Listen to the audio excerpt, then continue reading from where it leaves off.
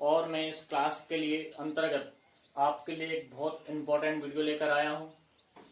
हम सबके स्टूडेंट्स के मन में एक क्वेश्चन होता है, सर विटामिन क्या होते हैं, विटामिन काम कैसे करते हैं, या फिर विटामिन कितने प्रकार के होते हैं। तो स्टूडेंट्स, आप सबका एक बहुत अच्छा क्वेश्चन रहता है और मेरा कहना है कि अधिकांश लोगों को ये बिल्कुल मालूम नहीं होता है कि विटामिन काम कैसे करता है, विटामिन होता कितने प्रकार का है, या फिर हमें किन पदार्थों से विटामिन हमें प्राप्त होता है। अधिकांशतः हम देखते हैं गांव में, शहरों में लोग वेजिटेबल्स खाते हैं, सीजनेबल वेजिटेबल्स खाते हैं, लेकिन उनको सही मालूम नहीं होता है कि कौन सी वेजिटेबल से हमें क्या विटामिन प्राप्त हो रहा है। दोस्तों, विटामिन हमारी बॉडी के लिए बहुत इंपॉर्टेंट है और इम्पोर्टेंस के साथ साथ हमारे लिए ग्रोथ भी करता है। हम कहते हैं कि हमारी बॉडी सिर्फ तंदुरुस्त होती है, तो ये गलत है, क्योंकि प्रत्येक विटामिन का कार्य अलग अलग है और प्रत्येक विटामिन अपने तरीके से कार्य करता है और अपने तरीके के साथ साथ वह जिसका जो काम है उसी प्रोसेस में काम लगातार करते रहता है। तो दोस्तों, जरूरी नहीं है कि हमें विटामिन सिर्फ सब्जियों से ही प्राप्त हो। तो यहाँ मैं इस वीडियो के माध्यम से आपको बतलाना चाहता हूँ कि विटामिन मुझे या हम सभी को किन किन तरीकों से, किन किन माध्यमों से प्राप्त होता है।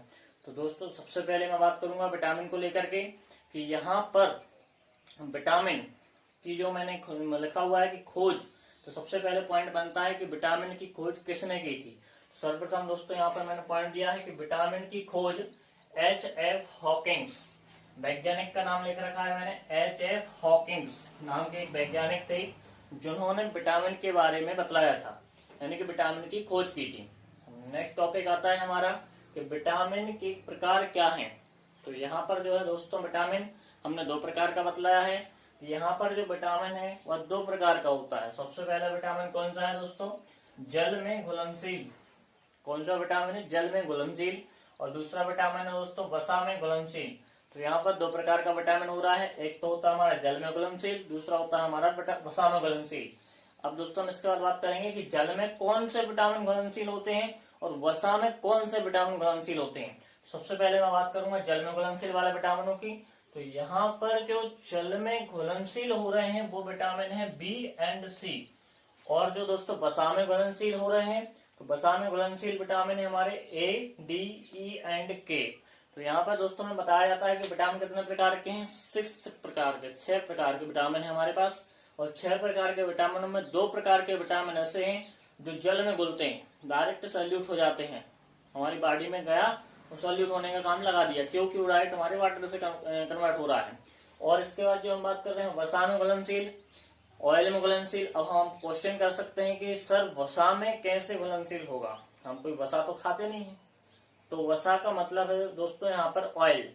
हम पर डे 15 से 20 ग्राम, 25 ग्राम से लेकर के अधिकतम लोग जो ज्यादा होटलों का खाना खाते हैं, रेस्टोरेंट का खाना खाते हैं, वो 200 ml तक जो है ऑयल खा जाते हैं दोस्तों। तो उस ऑयल में, उस ऑयल को हम वसा के रूप में देखेंगे और उसमें जो विटामिन सॉल्यूट होते हैं वो विटामिन कौन कौन से हैं दोस्तों, ए, डी, ई एंड के, 4 प्रकार के विटामिन हैं। अब हम बात करेंगे यहाँ पर कि वसा में घुलनशील विटामिन कौन कौन से हैं, उनके क्या नाम है और उनका क्या स्रोत है, और स्रोत के साथ साथ वो यहाँ पर क्या काम करते हैं हमारी बॉडी में, किस जगह काम करते हैं, कौन सा विटामिन किस जगह काम करता है। तो सबसे पहले मैं बात करूंगा यहाँ पर वसा में घुलनशील विटामिन की, और वसा में घुलनशील विटामिन की बात करूंगा मैं विटामिन ए की।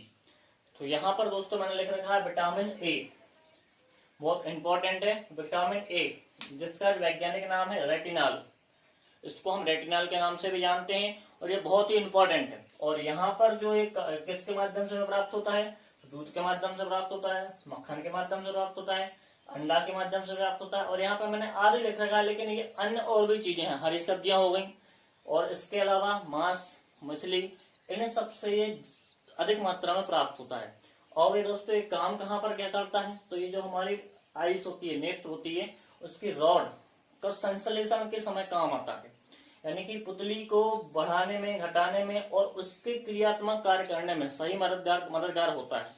जिन लड़कों को जितना जल्दी चश्मा नहीं लगता या जो ज्यादा समय तक बिना चश्मे के रह सकते हैं, यानी कि उनके अंदर बॉडी में विटामिन ए से जुड़े हुए पोषक पदार्थ भरपूर मात्रा में चल रहे हैं। नेक्स्ट पॉइंट की बात करेंगे दोस्तों हम विटामिन डी। विटामिन डी का नाम है काल काल्सोफेरॉल। इसका क्या है स्रोत दोस्तों, मछली है, मछली का तेल है और गेहूं है।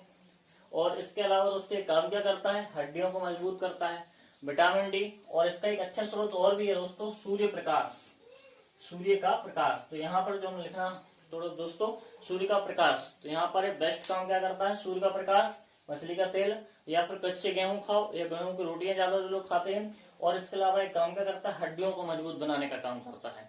अधिकांशतः छोटे बच्चों को हम लोग धूप ज्यादा दिखलाते हैं ताकि उनकी हड्डियां मजबूत हो सकें। कारण क्या है, विटामिन डी प्राप्त होता है। नेक्स्ट पॉइंट की बात करेंगे दोस्तों, विटामिन ई, टोकोफेरॉल, वैज्ञानिक का नाम क्या है, टोकोफेरॉल। और इसका जो है स्रोत क्या होता है, हरी पत्तियां, अंडे और भी बहुत सारे छोटे छोटे पॉइंट्स दे लेते, दूध हो गया, मछली हो गई, अंडे हो गए। तो ये क्या है, काम क्या करता है, जननिक एपिथेलियम, जननिक एपिथेलियम को बनाने का काम करता है। तो जो एपिथेलियम हमारी सबसे पहला टिश्यू हमारा एपिथेलियल होता है, उस लेयर को जहां पर भी लीवर, जननिक एपिथेलियल और स्तन तंत्र की एपिथेलियल, तो सब जगह की जो एपिथेलियल्स हैं उनको बनाने का काम सबसे अच्छे से कौन करता है, विटामिन ई। इसका वैज्ञानिक नाम क्या है, टोकोफेरॉल। अब हम बात करेंगे विटामिन के, नफ्थक्विनान, जिसको हम किसके नाम से, पनीर के मिलता है, अंडा से मिलता है और जिगर में मिलता है। जिगर यानी होता है दोस्तों यकृत। कई लोग बकरी, सुअर, गाय, भैंस, इन सबको जो मांस का जो सेवन करते हैं उनसे प्राप्त होता है। और ये क्या होता है, इसमें प्रोथाम्बिन का निर्माण करता है। जो लीवर होता है उसमें प्रोथाम्बिन का निर्माण करता है कौन दोस्तों, विटामिन के। ज्यादा प्रोथाम्बिन का निर्माण करता है, जिसमें जब कहीं कोई लग जाए, कट जाए, तो उस समय जो है ब्लड निकलने की संभावनाएं कम हो जाती हैं यदि प्रोथाम्बिन की मात्रा सही है। और प्रोथाम्बिन की मात्रा कम रहती है तो ब्लड बहता ही रहता है, और फिर से डॉक्टर द्वारा कोई बाय ट्रीटमेंट के द्वारा इसको बंद करा सकते हैं। नेक्स्ट पॉइंट की बात करेंगे दोस्तों हम, जल में घुलनशील। तो यहाँ पर जो विटामिन दिए गए हैं जल में घुलनशील विटामिन, तो कौन कौन से विटामिन ऐसे हैं जल में घुलनशील होते हैं दोस्तों, vitamin B and vitamin C. तो यहाँ पर हमने कुछ अलग से लिख रखा है, क्या है ये, तो विटामिन बी कॉम्प्लेक्स। यहाँ पर विटामिन बी को हम एक विटामिन बी नहीं है, विटामिन के भी अनेकों प्रकार बताए हैं, अनेकों तो नहीं कह सकते लेकिन 10 से 12, 7 से 8 प्रकार बताए हुए हैं। तो इनमें कौन कौन से हैं, किससे प्राप्त होते हैं, या क्या होता है, तो कार्बोहाइड्रेट, वसा, प्रोटीन, अमीनो एसिड, ये सब चीजें, जहां पर प्रोटीन मिला वहां पर अमीनो एसिड होगा ही होगा। तो वहां सब चीजें किससे प्राप्त हो रही है, हमें विटामिन बी से। और विटामिन बी कितने प्रकार का बताया है, vitamin B1, vitamin B2, vitamin B3, vitamin B5, vitamin B6, vitamin B12, folic acid और H बायोटिन, ये सब मिलकर विटामिन बी कॉम्प्लेक्स का निर्माण कर रहे होते हैं। और इनसे ही कार्बोहाइड्रेट, वसा और प्रोटीन का निर्माण हो रहा होता है। अब हम बात करेंगे दोस्तों विटामिन सी, बहुत इंपॉर्टेंट है। विटामिन सी को क्या बोलते हैं, एस्कॉर्बिक एसिड, एस्कॉर्बिक अम्ल। अब हम बात करेंगे दोस्तों ये किससे प्राप्त होता है, सीधा सा ऑप्शन है हमारे पास, खट्टे पदार्थों से। अब खट्टे पदार्थ हर एक बच्चा, हर एक स्टूडेंट जानता है किससे वो मिलते हैं खट्टे पदार्थ, क्या क्या होते हैं, नींबू हो गया, फल, बहुत सारे खट्टे फल हो गए, टमाटर हो गया, सब्जियां हो गई खट्टी जो खट्टी खाने में लगती हैं। तो इन सब से हमें क्या प्राप्त होता है, विटामिन सी। और सीधे जाके हमारी बॉडी में हड्डियों को मजबूत भी करता है, हड्डियों के मैट्रिक्स को बनाता है, दांतों के डेंड्राइट्स को निर्माण करता है। हमारी बॉडी में कई ऐसी जगह होती हैं जहां पर जाके अपना काम करना प्रारंभ करता है, मजबूतियां करना प्रारंभ करता है दोस्तों। तो अब ये वीडियो तो हो गई हमारी दोस्तों विटामिन के ऊपर। अब स्टूडेंट्स का कहना ये होता है कि सर ग्रंथियां क्या होती हैं, आपने विटामिन तो बता दिया, ग्रंथियां क्या होती हैं, हार्मोन्स क्या होते हैं। क्योंकि जो स्टूडेंट्स बायोलॉजी लेता है 11th क्लास में पहुंचता है तो उसको सही तरीके से विटामिन, ग्रंथि, हार्मोन्स, इन सब का नॉलेज होना बहुत जरूरी है दोस्तों। मैं नेक्स्ट वीडियो जब लेकर आऊंगा तो उसमें ग्रंथि और साथ में हार्मोन्स, ये दोनों टॉपिक आप क्लियर करूंगा बहुत आसान तरीके से। तो आप मेरी इस वीडियो को लाइक करें, शेयर करें और आने वाली वीडियो का इंतजार करें, जिससे आपके जो डाउट्स हैं ग्रंथि और हार्मोन्स को लेकर